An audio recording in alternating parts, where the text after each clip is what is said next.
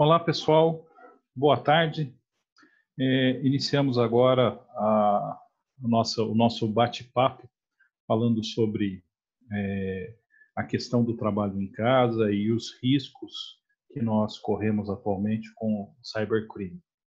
Eu sou o Celso Azevedo, sou o co-coordenador da Comissão de Tecnologia da Câmara de Comércio Brasil-Canadá. Eu, junto com o Valdomiro, da ITTech, estamos aqui trabalhando intensivamente para conseguir criar conteúdos interessantes e trazer à tona informações que realmente agreguem valor para todos vocês.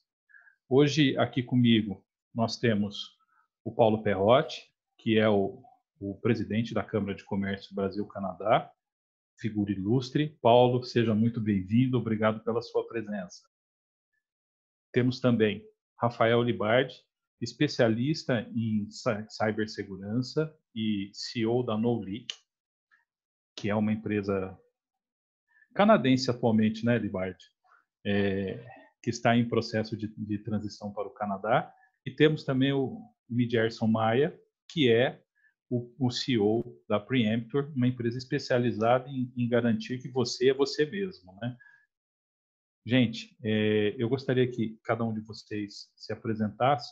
Então, Paulo, por favor, suas palavras iniciais. Bom, boa tarde a todos. Primeiro, muito obrigado pela oportunidade. Me sinto muito contente e honrado de ter pessoas de tão alto gabarito do meu lado aqui para poder compartilhar essas ideias. E, bom, pessoal, como você bem apresentou, eu sou presidente da Câmara de Comércio Brasil-Canadá. Eu sou professor de Cybersecurity da pós-graduação da Faculdade de Engenharia de Sorocaba.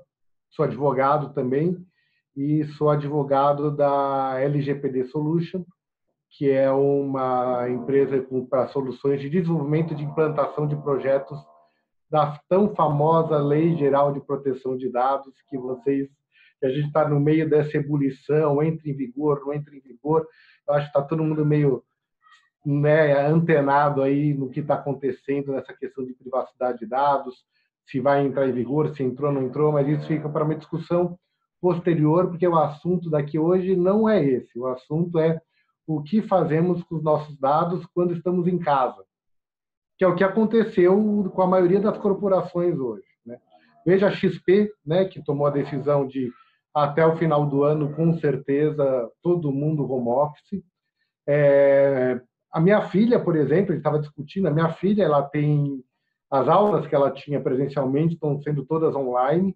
Então, né, eu acompanho as aulas da minha filha e o meu trabalho, quer dizer, o trabalho de todo mundo. A Câmara de Comércio Brasil-Canadá, 82 pessoas que a gente tinha todos em um prédio, foram todas deslocadas e todos até hoje estão trabalhando remotamente nas suas casas, e a Câmara não parou.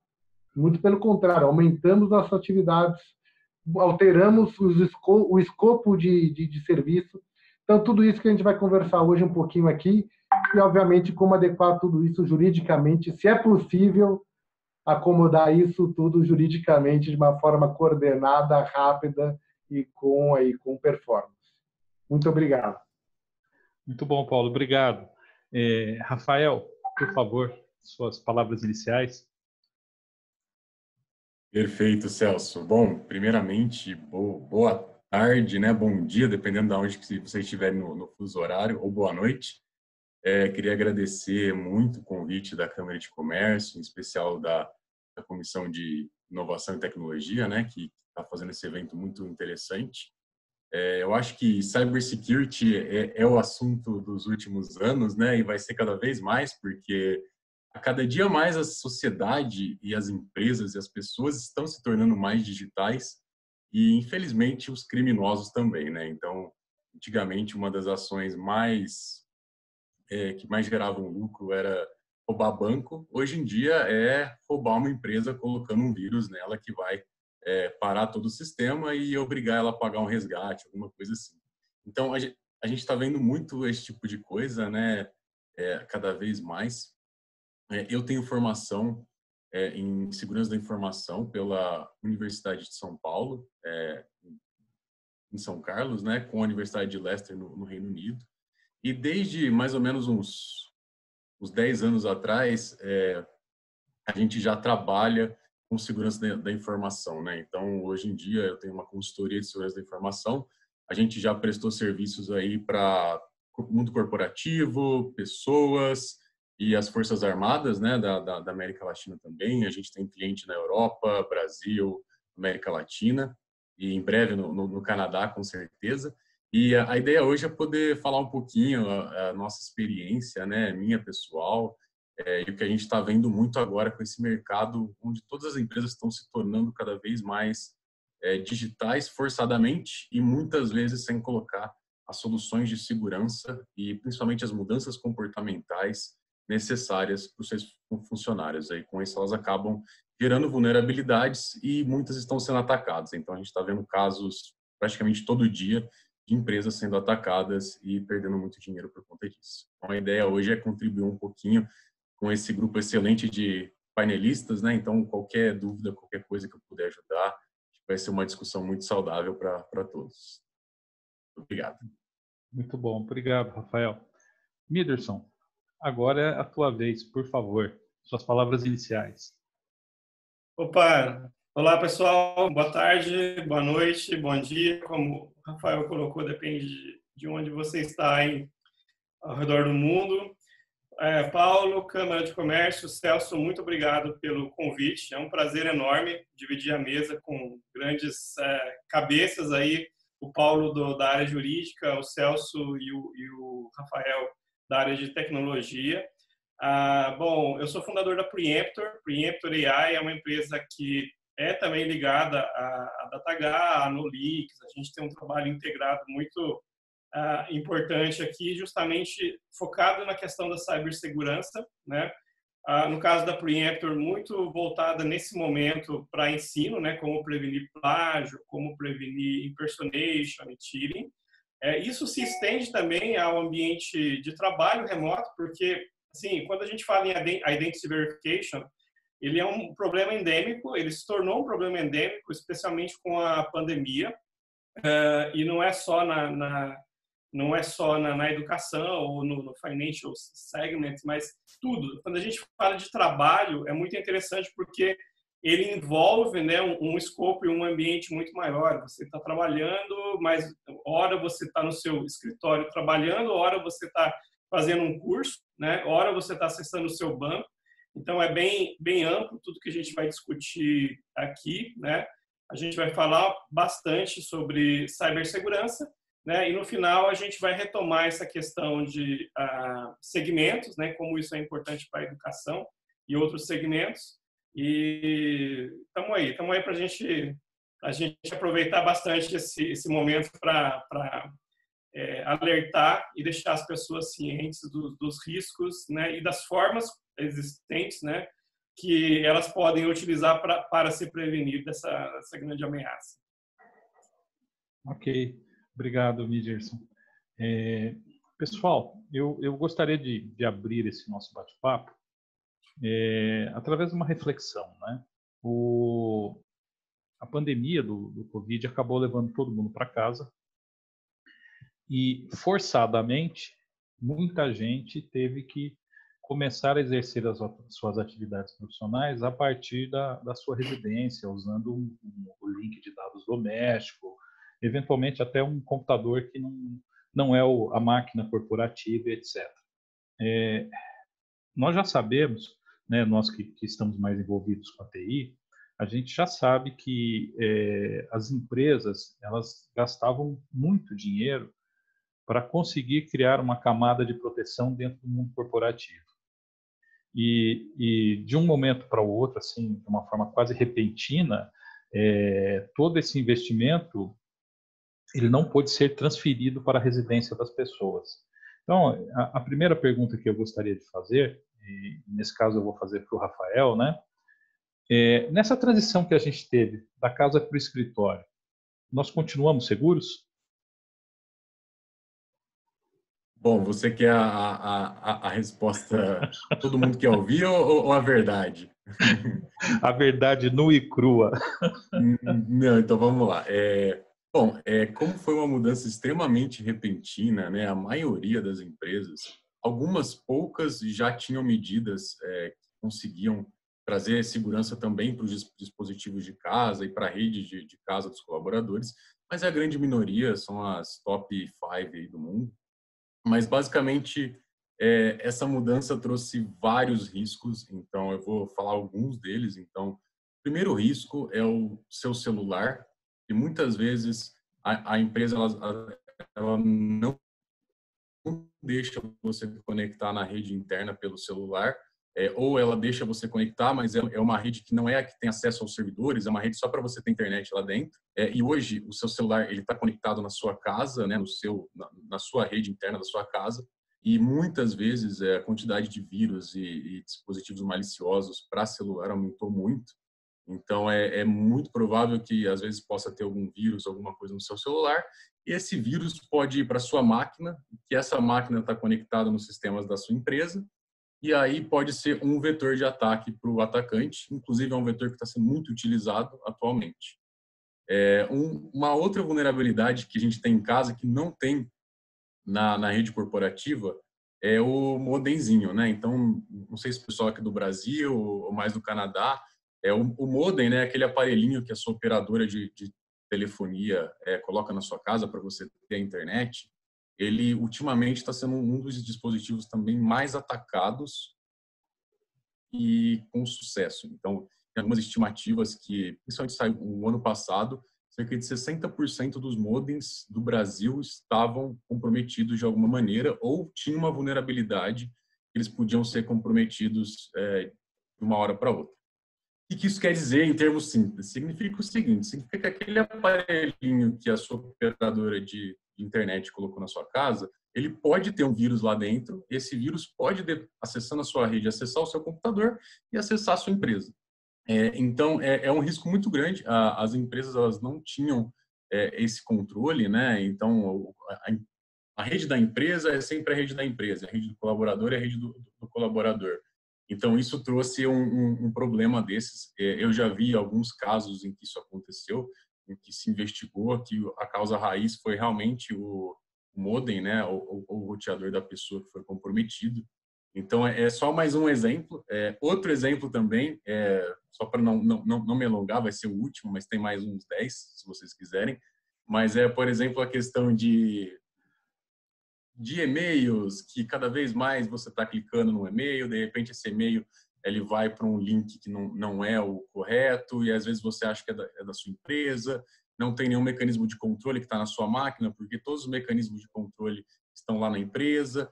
Então, você também acaba expondo a sua empresa dessa maneira, né? Então, assim, essa mudança de paradigma de trabalho em casa, ela tem que ser acompanhada muito claramente e muito corretamente com medidas de segurança que a sua empresa ou que você pode trazer para poder proteger todo esse patrimônio, né? Porque senão os atacantes eles estão cada vez mais profissionais. Hoje em dia, o cybercrime é um negócio, um dos mais lucrativos que existem no mundo. Está perto de vender arma, inclusive, legalmente. Então, é muito lucrativo. Hoje em dia, virou uma verdadeira indústria. E cada vez mais eles estão pegando as empresas e as pessoas que estão mais vulneráveis, né? Então, a gente tem que tomar muito cuidado. Eu gostaria de poder falar que não, está tudo certo, está todo mundo protegido, não tem problema nenhum, mas, infelizmente, eu tenho que levantar esses pontos de atenção a todos. Ok, realmente. Até por a gente não ter a visão, né, do criminoso, a gente fica com aquela sensação que o mundo da internet é um mundo tranquilo, né? Mas, na verdade, a gente sabe que no underground da internet a gente tem as coisas mais absurdas do planeta. Mas, agora, eu queria trazer uma discussão para um outro aspecto. Paulo, se acontece um evento de segurança, né, a partir da perspectiva do colaborador. Então, o colaborador está lá trabalhando e tem um vazamento de dados na máquina dele que ele estava em casa. Quer dizer, como é que juridicamente a gente encara esse imbróglio todo, né? sem entrar ainda nas questões trabalhistas, que eu acho que é outro problema, que é outra coisa que vai ter que ser muito bem discutida, mas qual é a responsabilidade tanto da empresa quanto da pessoa? Como é que ficam essas coisas? Perfeito.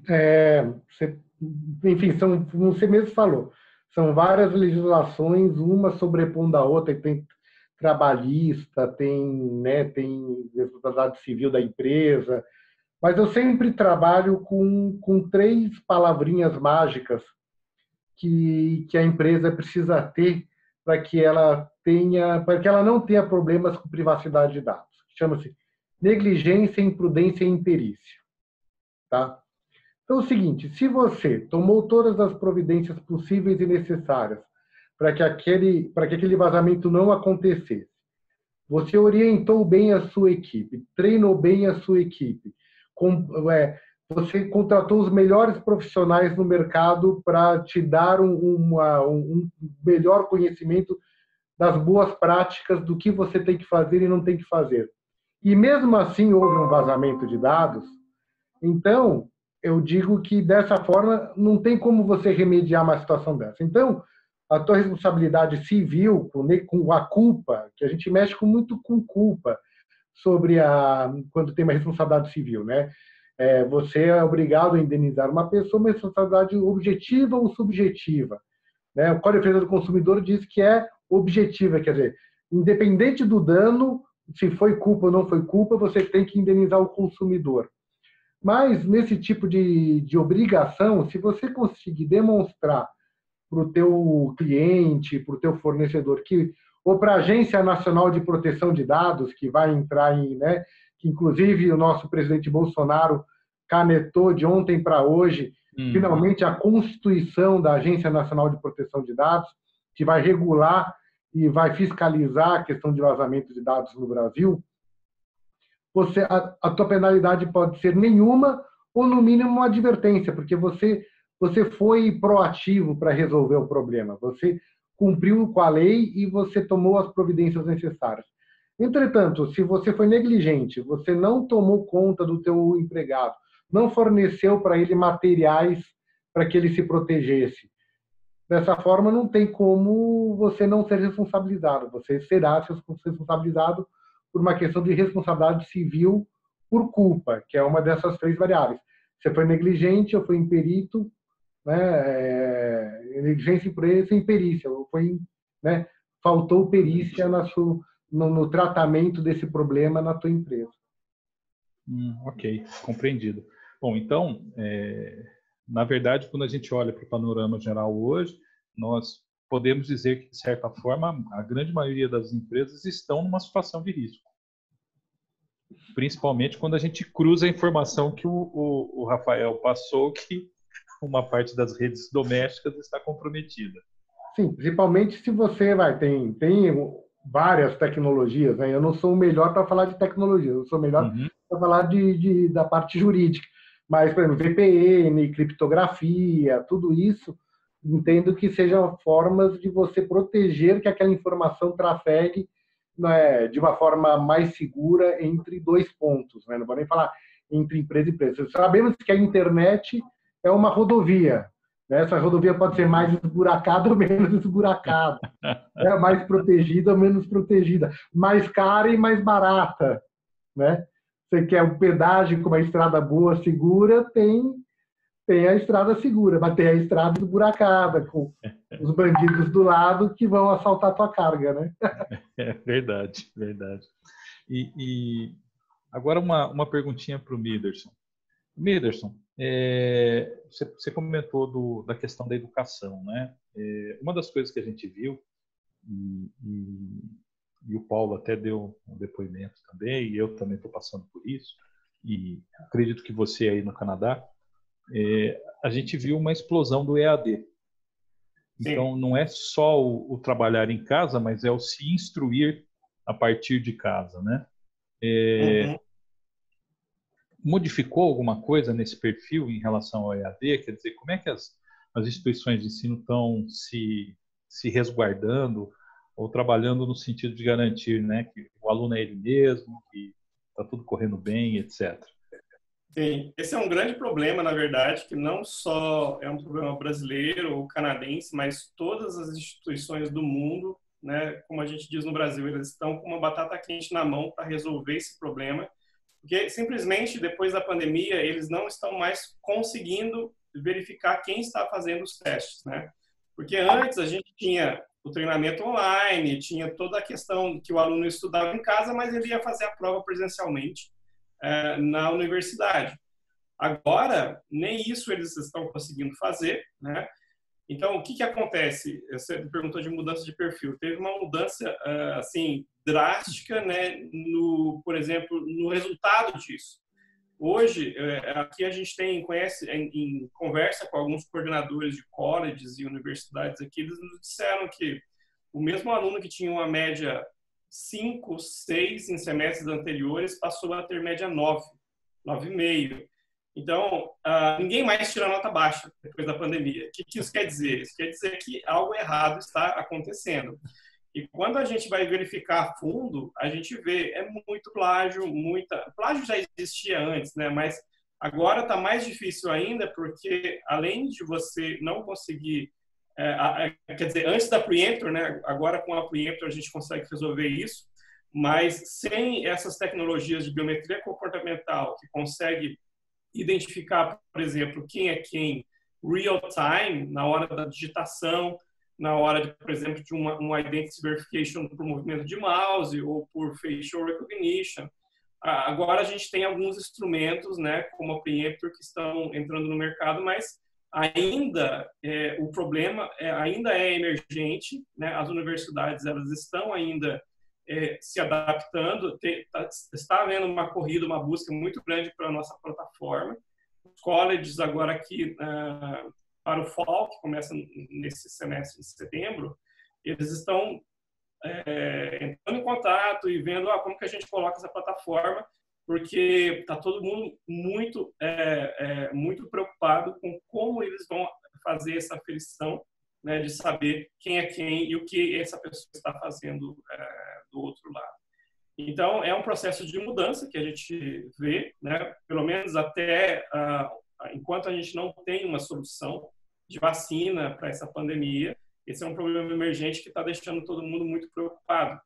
Então, eu acredito muito que a inteligência artificial, né, e toda essa tecnologia que a gente desenvolve, ela pode, eu não digo assim, solucionar 100% do problema, porque, como o Rafael pode até me ajudar nesse sentido, não existe sistema perfeito, né? A gente nunca pode prometer isso, mas existe um 99%, né?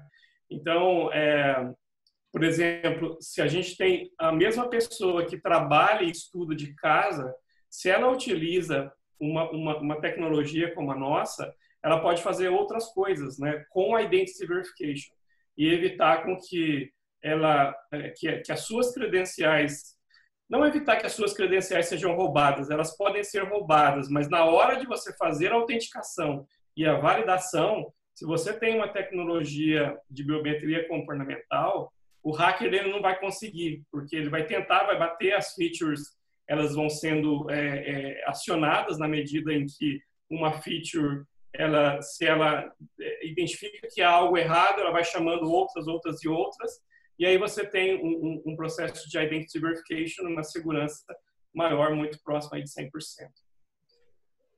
Ok. Realmente a pandemia trouxe várias mudanças, né? Eu achei que o vírus deixava as pessoas mais inteligentes.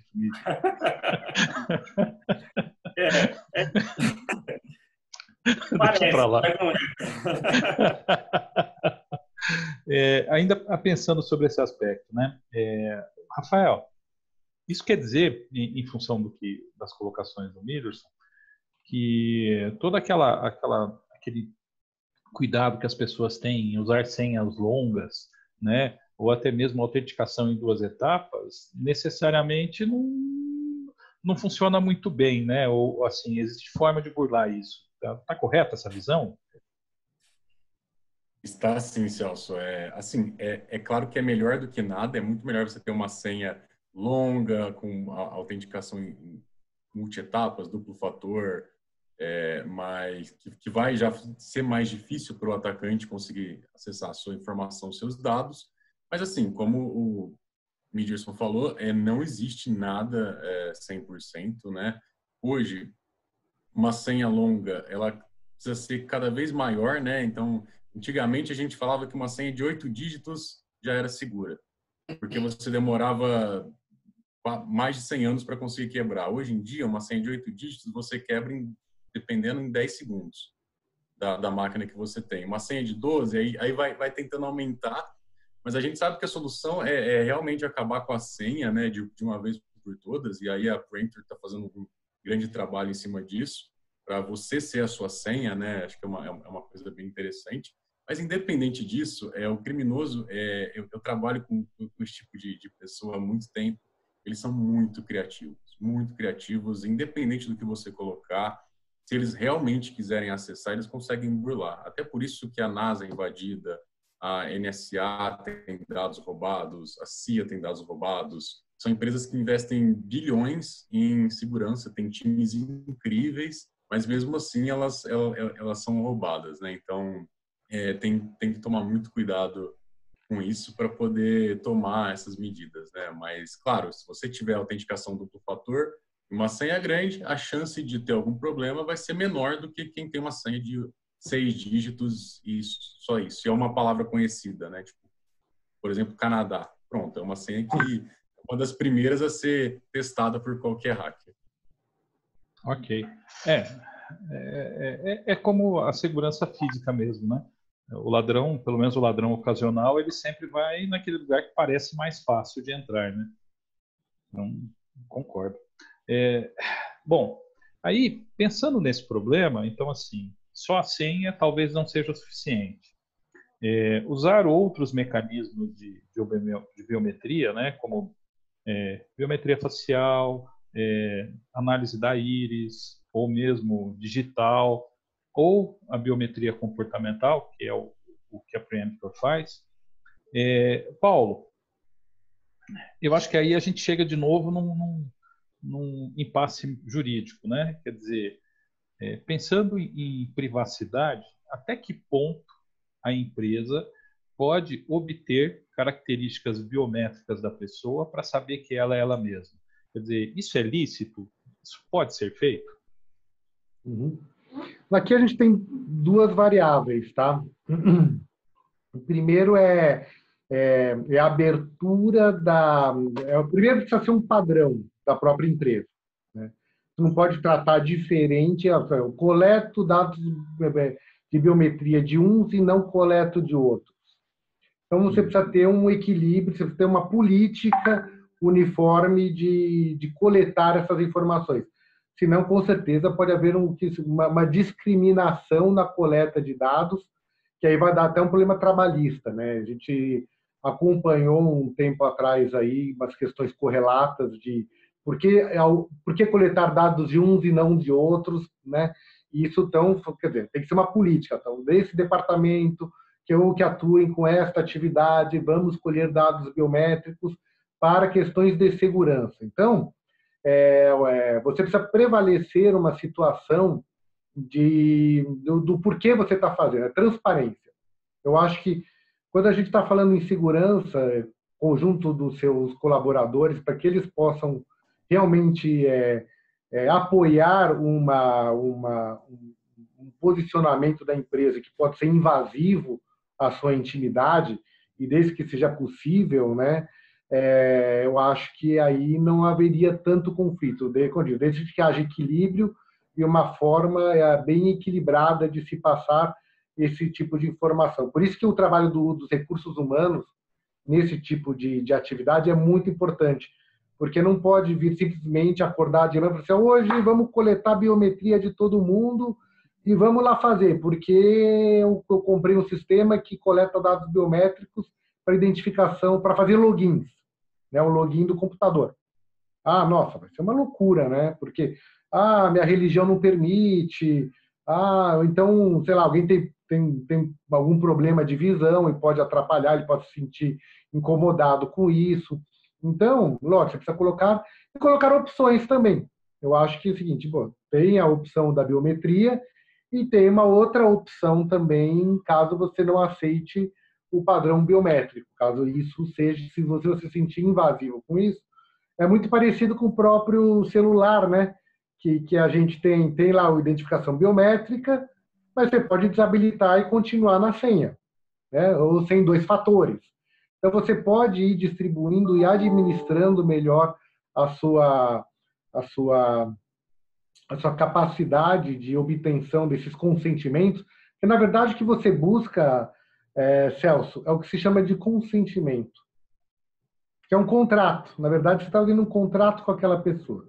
E para você ter um contrato, de novo, vem aquela com 3 bases, 3 pilares, que é objeto lícito, legitimidade e manifestação de vontade.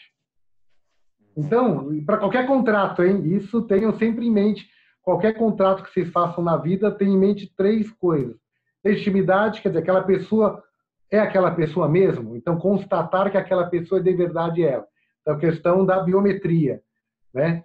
É um objeto lícito? Sim, estou querendo entrar no meu computador, estou querendo acessar a minha empresa. E terceiro, manifestação de vontade. Como é que eu manifesto essa vontade de acessar o meu login? Pode ser de diversas formas. E aí, então, entra a criatividade dos tecnólogos para verificar qual é a melhor forma, e dos advogados também, e do pessoal de recursos humanos, que eu valorizo muito, que é como fazer com que essas medidas sejam colocadas e exercidas nas empresas de uma forma sempre equilibrada. Ok, perfeito. No fundo, a gente cai naquele ditado antigo, né? Que bom senso e caldo de galinha não faz mal para ninguém. Certeza. Eu acho que não adianta, assim, tudo tem que ser muito planejado, sabe, Celso? Não adianta nada com impulsividade quando estamos falando de privacidade. Isso está na Constituição, né? O artigo 5º da Constituição está lá, privacidade é uma cláusula pétrea, né? Aquela cláusula imexível, como diga nosso ex-ministro, né? Ninguém pode tocar, né, nessa questão da privacidade. Então, se tem privacidade, então cuidado, né? Tenha sempre essa... se for aplicado para a política que seja muito invasiva, lembre-se que até a Lei Geral de Proteção de Dados trata questões de saúde, por exemplo. Biometria é um dado sensível. É considerado um dado pessoal sensível. Então, precisa ter obrigatoriamente o consentimento da pessoa para usar aquela biometria. Então, não adianta só você fazer uma política de privacidade e vai tocando o pau isso na tua empresa. Não. Você precisa buscar o consentimento daquela pessoa para coletar a biometria dela. De fato. Até porque, num eventual vazamento desse dado, você não consegue mudar, né? Sim. A íris da pessoa é a íris da pessoa. A face dela é a face dela. O genoma dela é o genoma. A imagem da íris daquela pessoa e utilizar isso como senha para outras coisas. Ok, perfeito. Pessoal, vamos lá. Vamos para algumas perguntas que fizeram aqui no chat, tá? A Maria Isabel perguntou: o aplicativo Who's Call, ele é um problema no celular? Eu realmente não conheço esse aplicativo, tá? Algum de vocês tem ideia sobre isso? Não, né? Maria Isabel. Eu não conheço também não, Celso. Sem problema, eu vou pedir para o pessoal que está moderando depois me passar o contato da Maria Isabel. Eu vou dar uma pesquisada e passo para ela, tá? Bom, o Mauro perguntou assim: quais medidas podem ser tomadas para evitar que as redes dos colaboradores sejam vulneráveis? Essa é fantástica. Vai lá. Começa você, Rafael. Beleza. Bom, do ponto de vista de tecnologia e segurança, né, você pode fazer de 2 formas. Ou você trata a rede do colaborador como uma rede corporativa e coloca todas as medidas de segurança da rede corporativa na rede do colaborador, o que é muito, muito caro. Ou você trata o colaborador como uma rede que você não confia. Então, ele vai poder acessar o sistema, ele vai poder fazer tudo, mas você vai garantir que todas as medidas de segurança, os controles de segurança, eles são mais elevados do que se a pessoa estivesse acessando de dentro da rede corporativa. Então, a principal solução é o que o Paulo comentou, né? Então, criar uma VPN, que é o que a gente chama de uma rede virtual privada. Ela, basicamente, ela vai pegar tudo que sai do seu computador, vai embaralhar, que é o que a gente chama de criptografia, né? De uma maneira que ninguém consegue enxergar, vai chegar na sua empresa, tudo isso embaralhado, a sua empresa vai saber desembaralhar essa informação, né? Que é descriptografar essa informação, e vai ter acesso a esse dado. Então, a VPN é uma medida excelente, mas embora não adianta você colocar uma VPN que vai conectar o computador do seu colaborador diretamente com a sua rede principal, que tem os servidores, que tem seus dados mais sensíveis. Então, aí vem a questão de você, da empresa em si, montar uma VPN que vai conectar para uma rede interna, que não é a rede principal, e essa rede ela vai ter controles o suficientes para se comunicar com a rede principal. Aí é antivírus, anti-malware, detector de invasões, tem várias ferramentas, e em que essas ferramentas elas vão regular muito bem esse acesso entre essa rede interna dentro da empresa e a rede principal, que tem os servidores, as informações, os dados. Então, a melhor resposta e a mais barata, de certa forma, assim, é você tratar sempre a rede do seu colaborador e o computador do seu colaborador como algo não confiável. Você não confia que não vai ter nada nele. Então, você coloca todas as medidas de segurança para garantir que, se tiver um vírus, alguma coisa, isso não vai acarretar em nenhum comprometimento da sua empresa. Perfeito. Ótimo, ótimo. Mas aí, tem uma outra questão que eu acho que é legal e, assim, é interessante para a gente pensar, né? Se o computador do colaborador está comprometido, a partir do momento que eu crio a VPN, eu ainda assim eu não consigo garantir que é autêntica as ações ou as ações que estão sendo executadas são daquela pessoa de fato, né? Quer dizer, isso me endereça ao que a gente estava conversando com o Mederson, né, Mederson? Uhum. Quer dizer, Sim. como é que a gente consegue garantir que a pessoa é ela mesma? A biometria comportamental, ela é uma das formas mais, o que a gente enxerga, uma das formas mais promissoras, porque o dado comportamental, o traço comportamental, como, por exemplo, a forma com a qual a pessoa digita no teclado, a força que ela coloca nos botões, o ritmo, isso é de uma certa forma genético, né? Porque tem a ver com o músculo, tem a ver com uma série de outras coisas. Eu sempre comento esse fato, né? Vou comentar um fato interessante, que é, por exemplo, aqui em casa eu sei quem está chegando pelo andar, pelos passos, pelo ritmo com o qual elas pisam no chão. Eu sei se é meu filho, se é minha esposa, se é minha mãe. Então, isso também é um dado genético, é uma forma que as pessoas têm, né, de se comportamentar, entre aspas, né, ou de fazer as coisas. Então, se a gente consegue captar, né, e entender, né, não somente uma feature, mas a combinação de algumas features baseadas em biometria comportamental, a gente consegue chegar num índice bem acurado de assertividade e de segurança. Por exemplo, quando eu vou digitar, imagina que eu vou entrar no meu banco agora, né, e meu computador está hackeado, o hacker conseguiu minha senha, conseguiu todas as minhas credenciais, mas o banco me pede, por exemplo, escreva em 2 ou 3 palavras a sua última refeição no café da manhã. Eu vou lá, escrevo com o ritmo da minha digitação. Opa, legal. É o Mederson, não é um hacker. Se o hacker tenta fazer isso, o ritmo de digitação, esse padrão, ele não vai ser o mesmo. Então, eu vejo um futuro bem promissor nessa área de biometria comportamental. Eu acho que o Rafael talvez possa fazer também uma complementação disso, mas é o caminho que a gente enxerga hoje. Ok, entendi. De certa forma, o que você está colocando seria alguma coisa com uma autenticação contínua. Quer dizer, eu fico o tempo todo sabendo se é você mesmo. Isso. Isso é bem, bem interessante e bem seguro, né?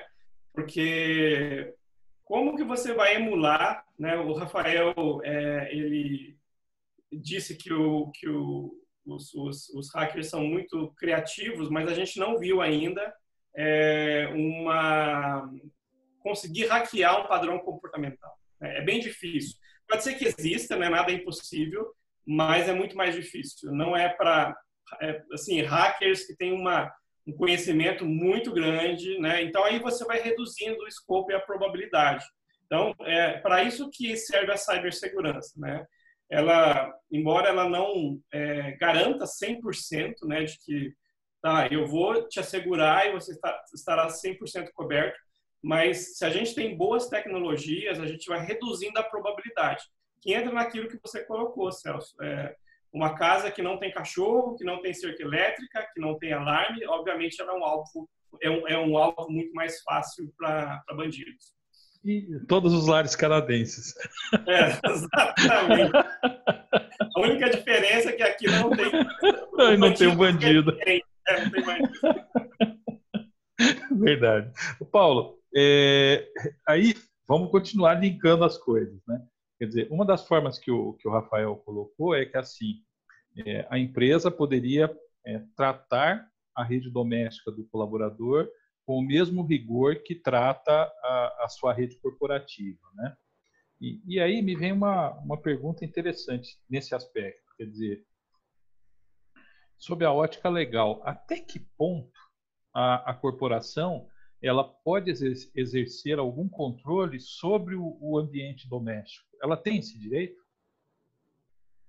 Uma boa pergunta, porque veja, em muitos casos que a gente já acompanhou juridicamente, é que a empresa solicitou a entrega do computador da empresa, que ela manda para a empresa, e a empresa ela impõe todos os aplicativos que ela vai usar naquele computador, ela bloqueia, por exemplo, as entradas USBs ou qualquer tipo de interlocução com uma impressora, por exemplo, e devolve o computador e está aqui, agora você pode usar o teu computador. Mas ele não é teu mais, né? Quer dizer, já virou computador da empresa, porque desabilitou tudo e você só pode usar aqueles sistemas que a empresa deixa usar, né? E obviamente que esse computador vai ser rastreado, monitorado, os sites, obviamente, que você acessa, você não pode utilizar os sites pessoais, que muitas vezes você gosta de assistir um filme, ou uma Netflix, né? Quer dizer, de uma certa forma, agora o teu computador se tornou radioativo, porque tudo que você faz nele, a empresa está acompanhando.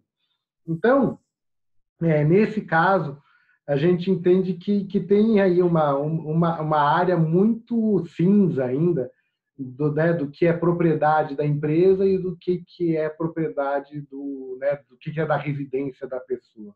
Até que pontos, por exemplo, os recursos que são utilizados, a internet mesmo, né, da casa da pessoa, ela está pagando aquele o uso aquele recurso, da internet, aquele recurso, sei lá, do 120 GB agora, teve que comprar um plano maior porque ele tem que entrar em um webinars ou reuniões virtuais, e aquilo quem está pagando é a pessoa, não é a empresa que está pagando. Então, existe sim um meio de campo ali que é difícil de administrar, que são muitos detalhes.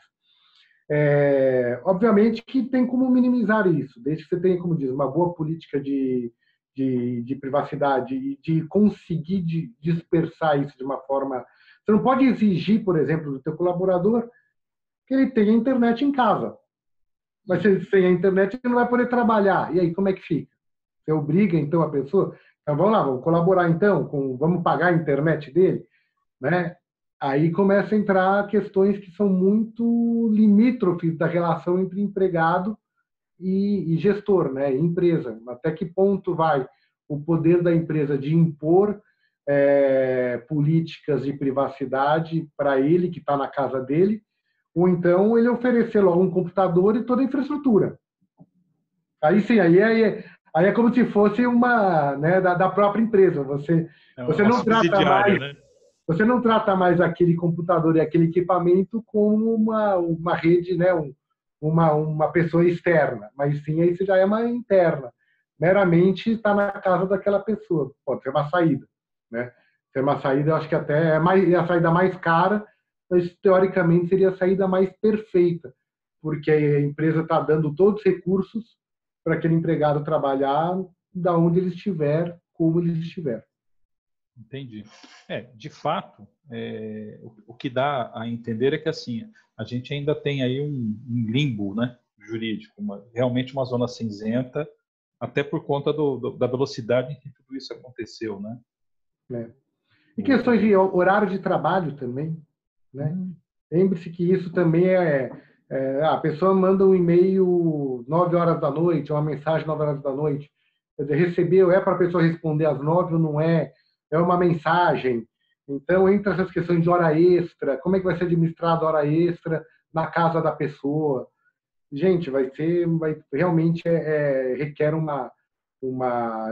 já existe a questão do home office para a legislação trabalhista, mas eu acho que nunca foi elevada a esse ponto, né?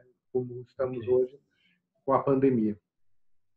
Realmente assim, ainda vai ter muitos capítulos nessa novela, né?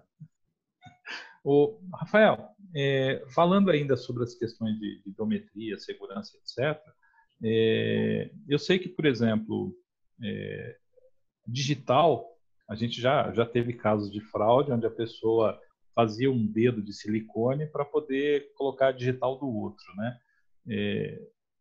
O quão sensível são essas questões da biometria? Quer dizer, reconhecimento facial é algo que é possível burlar? E os outros, como é que fica isso? Excelente pergunta. Bom, tem um vídeo, depois, se vocês quiserem, eu posso tentar ver o link para colocar. Conseguiram burlar a última versão do iPhone, da biometria, única e exclusivamente com uma bexiga que eles esquentaram, depois colocaram tipo um pozinho que se usa para pegar digital a hora em cena de crime, colocaram nessa bexiga e depois colocaram no iPhone e desbloqueou. Então, assim, uma solução extremamente barata, fácil e que consegue quebrar esse tipo de biometria. Esse foi um caso específico. Essa pessoa publicou um artigo numa das maiores conferências de hacker. Provavelmente a Apple já deve estar mudando isso. Mas é uma coisa muito semelhante ao reconhecimento facial também, né? Então, teve caso, inclusive o iPhone, e eu falo iPhone porque ele é considerado um dos mais seguros, né, em termos de biometria facial, que se colocava um óculos, uma pessoa dormindo na pessoa e ele conseguia desbloquear. Então, também foi um artigo publicado e outras variações também.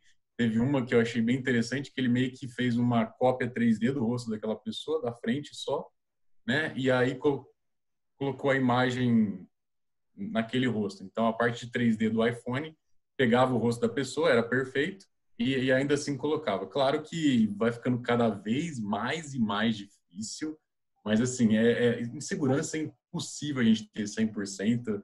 Eu não tenho dúvida que daqui a pouquinho algum hacker vai aprender o seu comportamento e vai simular, então também vai ter que ter um jogo de gato e rato até o momento, sei lá, que a gente tiver cada um chip na mão, consegue colocar e se autenticar alguma solução de alguma forma, sim, mas é bem futurística, claro.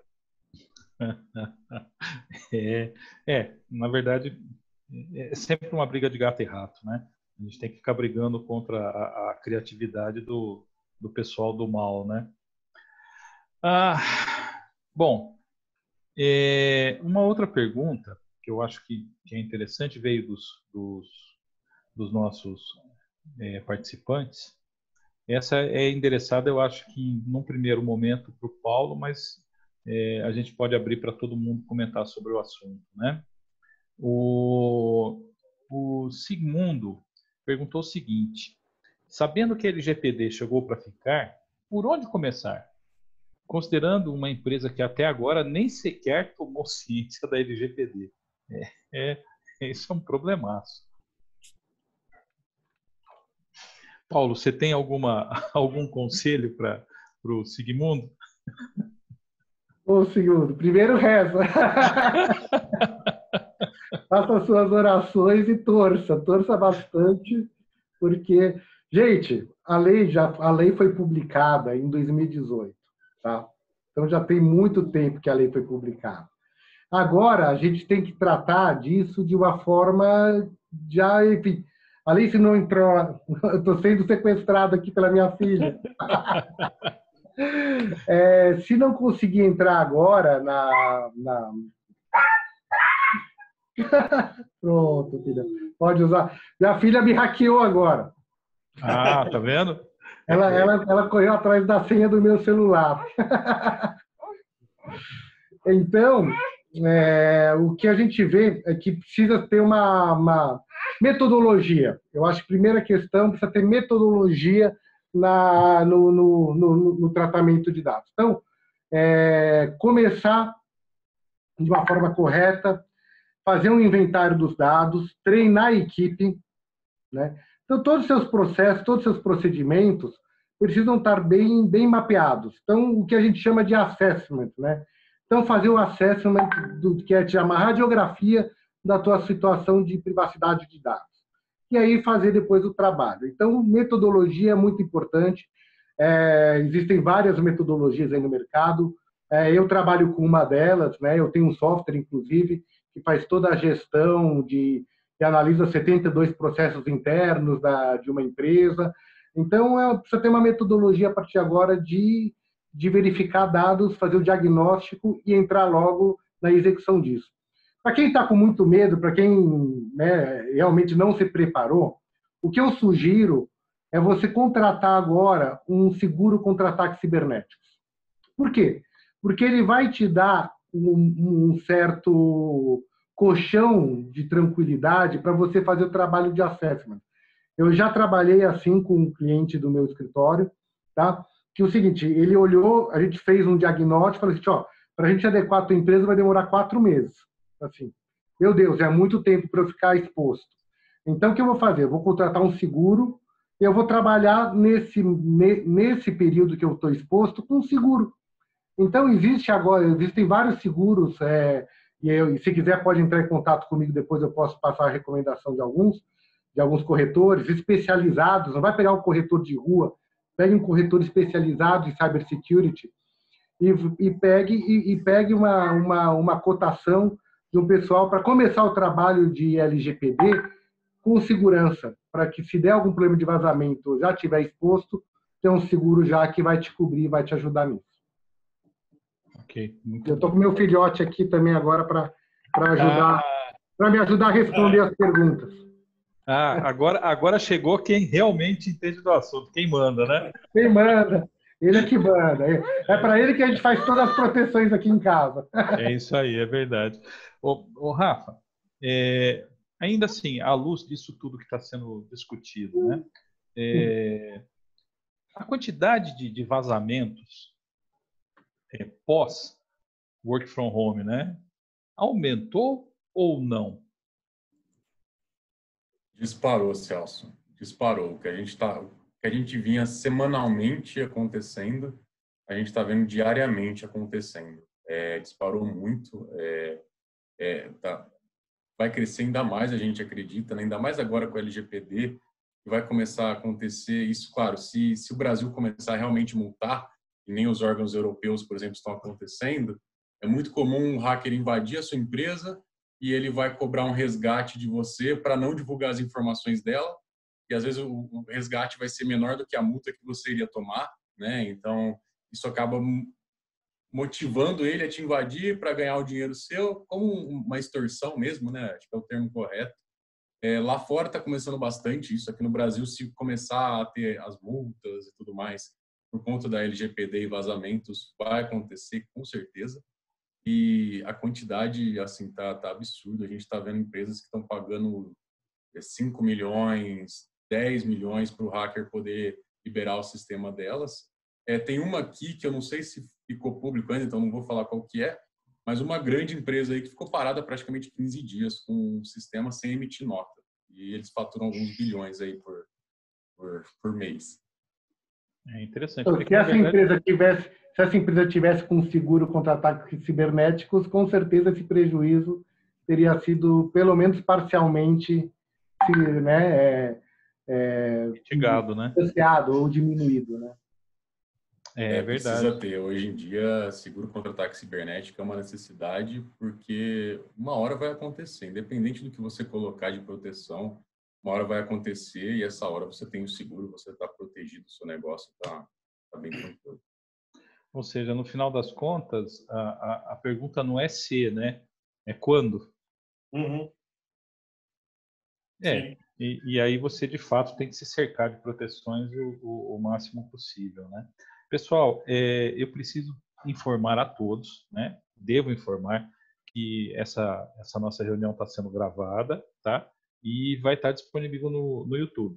Então, Paulo, seu filho a partir de hoje se transformou numa celebridade do YouTube.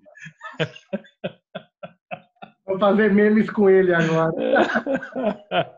Que maldade. Bom, a gente já falou então sobre a questão da autenticidade, né? Como é que a gente garante a autenticidade de uma operação? E eu entendo que isso necessariamente transita pela autenticação da pessoa, você saber que ela é de fato quem diz ser, né? Também falamos sobre a questão da LGPD e como é que fica esse trânsito aí entre você coletar o dado biométrico, provar que a pessoa é ela e etc. Né? Mid, você tem mais alguma colocação dentro Sim, desse objeto? sim, sim. Eu acho que, de uma forma geral, para a gente fazer um arremate disso tudo, esse meu comentário ele vem no sentido de pensar como que a gente consegue educar as pessoas. Porque o ataque cibernético ele acontece porque tem muitas pessoas que eles não têm familiaridade nenhuma com a tecnologia ou pouquíssima familiaridade, né? Você pega, por exemplo, pessoas mais idosas que têm uma dificuldade muito grande em utilizar o celular, e eles às vezes acabam postando coisas sem querer, né? Então esse pessoal está muito frágil. Eu acredito muito que o Brasil, não só o Brasil, né, mas todos os países deveriam ter um programa de educação, né, que deve começar isso, sei lá, na escola, ou ter uma disciplina na escola para falar de cibersegurança, de fake news. Eu sei que se não me engano, na Finlândia já tem umas iniciativas nesse sentido, porque tem pessoas que elas não têm, assim, não sabem o que estão fazendo. Para você ter uma ideia, tem um caso um comentário que eu ouvi, né, de uma tia de uma amiga minha, que ela até comentou comigo. A tia dela perdeu uma senha de um sistema que ela usava, e ela falou assim: mas tem como eu achar a minha senha no Google, né? Então, tem como eu achar a minha senha no Google? Então, isso mostra um pouco, né, de como as pessoas, muitas pessoas, na verdade, né, elas não estão preparadas, elas não dominam a linguagem, elas têm, às vezes, muito pouco conhecimento sobre o uso de tecnologia. Eu acredito que isso dá muita margem também para a ação dos hackers, né? Se a gente tivesse, né, um modelo educacional ou algo que preparasse melhor as pessoas para isso, eu acho que talvez essa chegada da LGPD ela pode ajudar bastante, né, a empresas ou organizações elas começarem a pensar nisso, porque isso tem um efeito não a curto prazo, mas um efeito a longo prazo, né, preparar melhor as pessoas para lidar com a tecnologia. Eu não sei o que vocês acham, se o Rafael ou o Celso ou até o próprio Paulo querem fazer algum comentário em cima disso, mas é a visão que eu tenho, né, isso pensando a longo prazo. Rafael, você quer comentar um pouco sobre isso? Opa, rapidinho que eu falei bastante já, mas eu concordo 100%, né? Segurança é uma combinação de processos, pessoas e tecnologia. Então, se um desses pilares não funcionar bem, você vai ter um risco maior. Então, passar pelo treinamento de pessoas é uma parte essencial. Infelizmente, algumas empresas acabam negligenciando um pouco isso para querer contratar uma solução pronta que vai resolver o problema dela, e às vezes acaba sofrendo ataque por conta disso, né? Então, eu diria que, com certeza, o que o Peter falou é essencial. Ok, perfeito. Paulo, alguma consideração relacionada a esse assunto da educação cibernética? Infelizmente, a educação cibernética hoje está sendo ensinada na dor, né? Porque você vê que as pessoas estão caindo em golpes e é aí que a pessoa se atenta a ter algum cuidado com a sua privacidade ou com sua senha ou com, né? Então, eu não vejo uma ainda, e eu acho que vai ser um grande papel da Agência Nacional de Proteção de Dados, que é a parte educacional, tá? Eu gostaria muito que a Agência Nacional de Proteção de Dados, que vai entrar em vigor aí junto com a LGPD, fosse uma entidade de educação do público e do cidadão de como trabalhar bem o seu dado pessoal, a importância do seu dado pessoal. Porque hoje você não vê, você vê iniciativas só protetivas. Por exemplo, você vai entrar no banco, aí o banco, para se proteger, não é que ele está querendo educar o cliente dele, mas proteger a gente, olha, não passe a senha para ninguém, hein? Porque senão tem fraudes. Por quê? Porque está ocorrendo um monte de fraude, então não é para ele não ser corresponsabilizado em alguma questão. Então, ele fica passando algumas mensagens dessas, não é de uma forma educativa, mas sim de uma forma de disclaimer, né, que a gente fala, de isenção de responsabilidade. O que eu acho que falta realmente é um plano de educação cibernética, que isso vem das próprias escolas, entendeu? Talvez essa pandemia, que está todo mundo online, está todo mundo tendo que aprender e trabalhar, e veja que meus filhos, né? Quer dizer, eu tenho que atender a aula com a minha filha de 5 anos, fico do lado dela, assistindo a aula dela e acompanhando. Isso faça com que as escolas também se adequem à questão digital. Não adianta, eu falo para a dona da escola da minha filha o seguinte, não adianta querer fazer o antigo moderno. Você vai cair no mesmo erro. Você tem que fazer novo, pensar novo, criar novo. Não adianta pegar o que você fazia antes de aula de matemática, de aula de português, e tentar passar agora tudo isso para modernizar o que é antigo. Você tem que usar as ferramentas e as tecnologias de hoje, que estão à disposição, que é um novo mundo. Então, não adianta modernizar o que é antigo, e sim pensar já como fazer, né, que o pessoal chama da LGPD de Privacy by Design, né? Quer dizer, desenhe um projeto já pensando na privacidade desde o começo dele, do começo ao fim do projeto. E não só adequar no meio do caminho. Eu montei o projeto, agora eu vou pensar em como trabalhar com privacidade. Não, vamos trabalhar desde o começo. Privacy by Design. Você inicia o projeto e acaba o projeto pensando em como ser mais seguro, não só para você, para não perder dinheiro como banco, mas sim para realmente educar, fazer com que o outro lado da tela entenda aquilo que a gente está falando. Isso é importante. Isso inclusive, Paulo, você tocou num ponto interessante, né?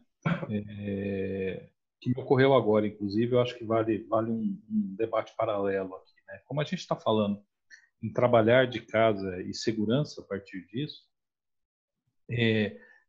eu não vi ninguém discutindo a segurança das crianças, né? E, de repente, as crianças tiveram que ser expostas ao mundo cibernético e, eventualmente, sem nenhum preparo, né? É. Uma coisa muito interessante. Mas, pessoal, aí uma outra questão para a gente trazer aqui para o debate, né? Além de, lógico, do bom senso, que outras medidas nós podemos tomar para nos protegermos? Porque, assim, se eu falo da segurança física, é muito tranquilo, né? Eu coloco tranca, eu contrato um guarda, eu ponho cerca elétrica, eu faço um muro de 238 metros de altura, com 50 metros de espessura, enfim. O mundo, ele sabe muito bem como se proteger fisicamente, né? Agora, como se proteger digitalmente? Perfeito.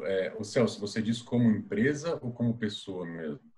Eu acho que como pessoa, né, Rafa? Porque assim, as Pessoa empresas, mesmo, né? elas já têm, né, aquele arcabouço de normas e práticas de segurança, né? Mas você vê, a gente destacou a pessoa de dentro daquela redoma que ela vivia protegida, né? E a partir daí, como esse cara se protege? Não, perfeito. Eu costumo dizer um pouco que a gente tem que ser um pouquinho igual mineiro, né? Mineiro é desconfiado de tudo. E eu acho que o segredo para a gente estar seguro na internet é realmente ser desconfiado de tudo. Então, desconfiar daquele site, daquela promoção, desconfiar daquele e-mail que chegou. Claro, as vulnerabilidades mais técnicas, você vai poder minimizar elas atualizando o seu sistema, tendo um bom software antivírus, anti-malware. São coisas bem padrões hoje em dia. Claro, tem falhas, podem não ser 100% eficientes, mas o principal mesmo são os golpes, né? Que a gente tem cada vez mais, cada vez maior também. E aí, para os golpes, a grande dica é seja muito desconfiado, não confie de cara naquele site. Aquela dica do cadeadinho lá em cima que todo mundo falava, que é uma dica importante hoje em dia, mas hoje em dia não é 100%. Tem muitos sites de criminosos que são iguaizinhos aos sites originais, e o cadeadinho está lá também, inclusive, só que é um domínio um pouquinho diferente, alguma coisa assim. Então, essa dica já não é tão segura mais hoje em dia, mas seja desconfiado, olha sempre o endereço, verifica, se você puder pegar o endereço, se você está desconfiado, pega o endereço, copia e cola em algum documento de texto, Word, alguma coisa assim, porque às vezes você vai ver coisa, por exemplo, como um I, que era do domínio, está trocado por um L maiúsculo, alguma coisa assim, que é um outro domínio, um domínio criminoso, mas o nível de sofisticação dos hackers está tão grande hoje em dia que às vezes é a única forma de você identificar que aquele site não é verdadeiro, é falso e vai roubar sua senha. Okay. Sejamos mineiros.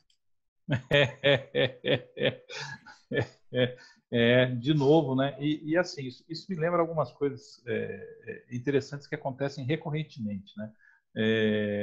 Por exemplo, o cara que recebe um e-mail dizendo que o título de eleitor dele vai ser cancelado se ele não responder a pesquisa XYZ, né? E aí a pessoa deveria primeiro se perguntar, mas por acaso, será que o pessoal do Tribunal Eleitoral tem o meu e-mail? E outras perguntas assim, mais simples. Mas, de novo, a gente cai na questão do bom senso, manter vigilância, né, o tempo todo, porque, de fato, a bandidagem está por aí.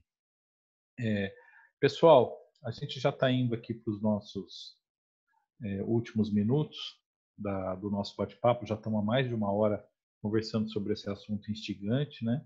E eu gostaria que vocês fizessem as suas considerações finais para a gente poder dar os nossos conselhos para os nossos ouvintes aqui das pessoas que participaram do nosso evento.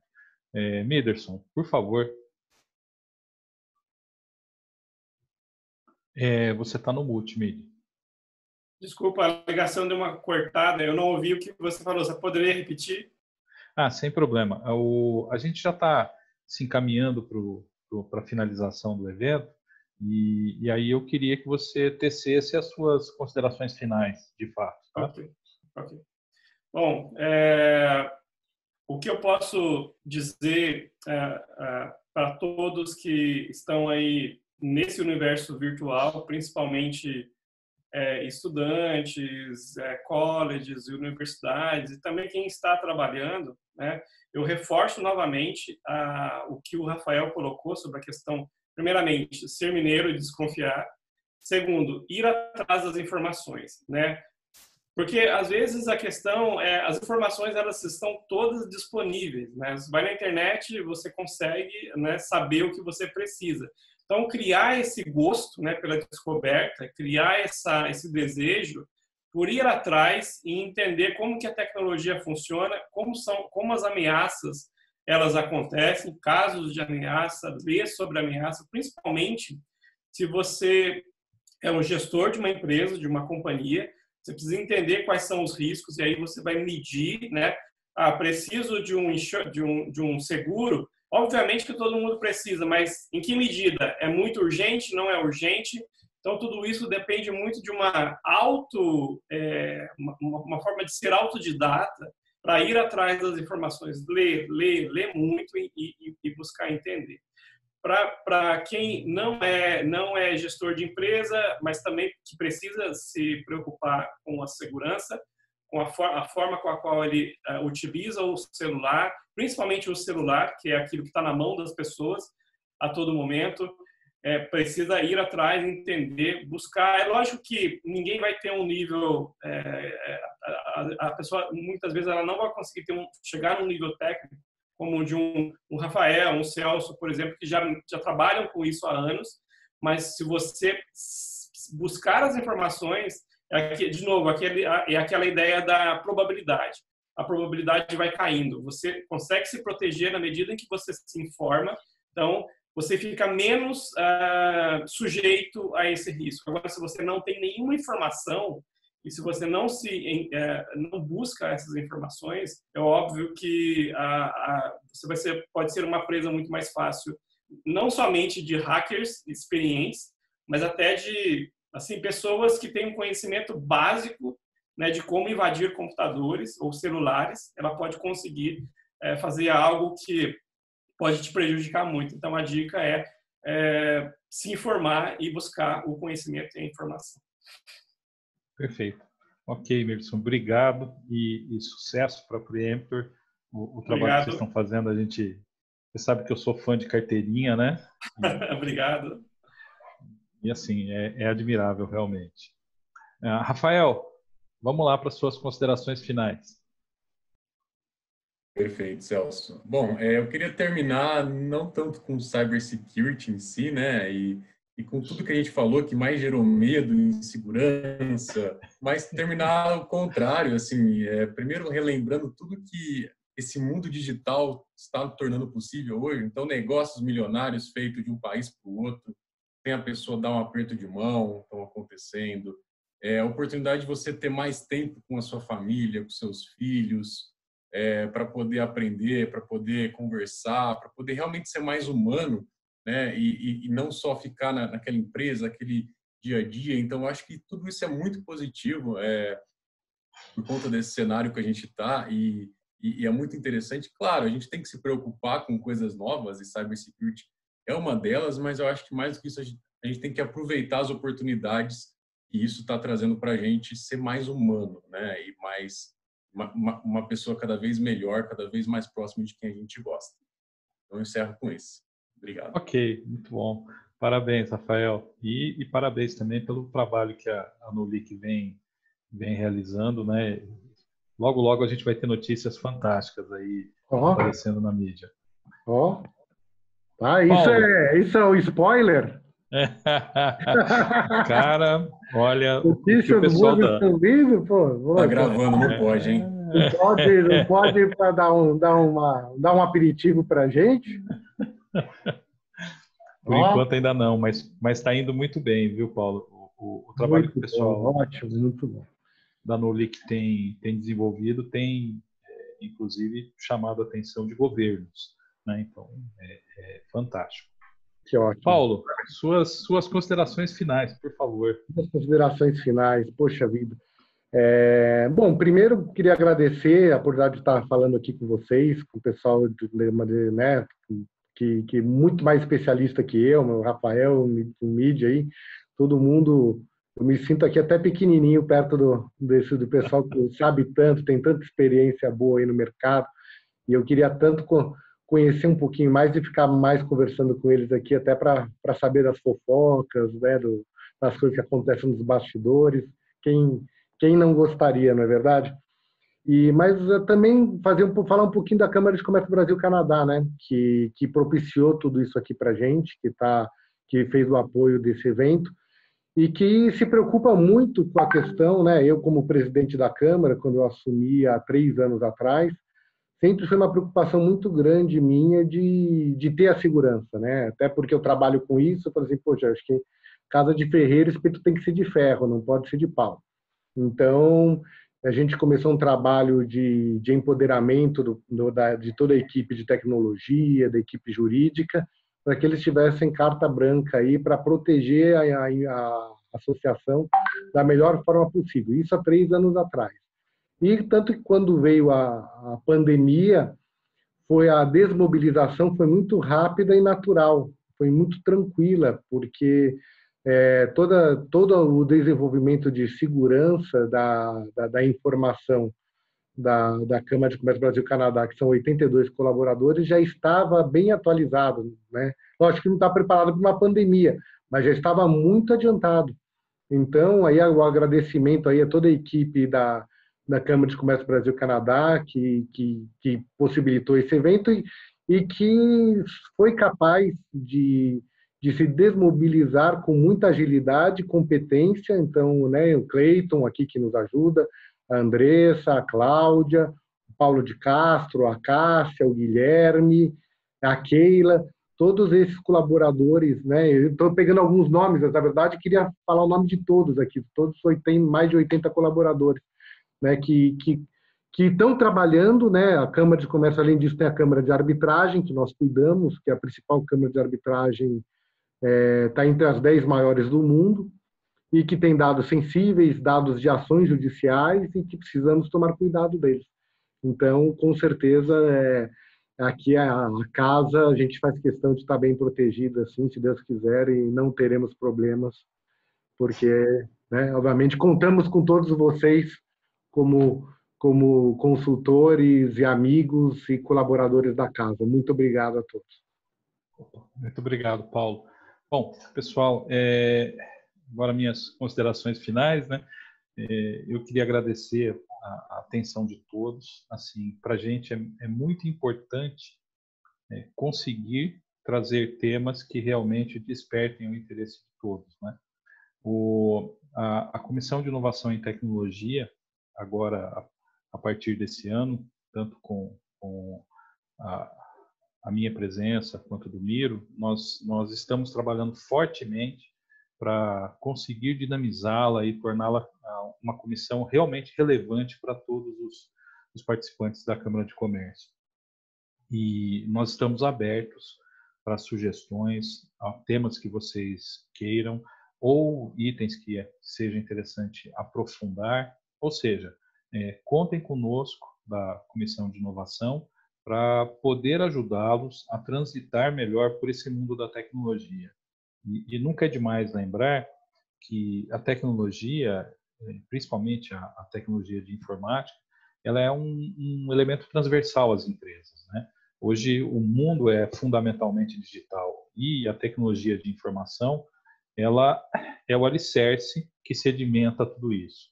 E nós estamos ali na comissão dispostos e preparados para atendê-los e tentar criar esses momentos, né, de insight, onde a gente possa realmente mergulhar e retirar da tecnologia o que ela tem de melhor para nos entregar.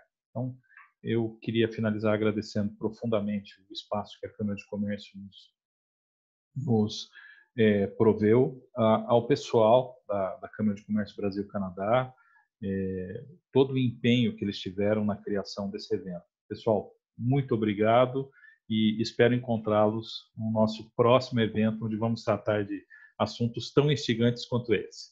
Obrigado.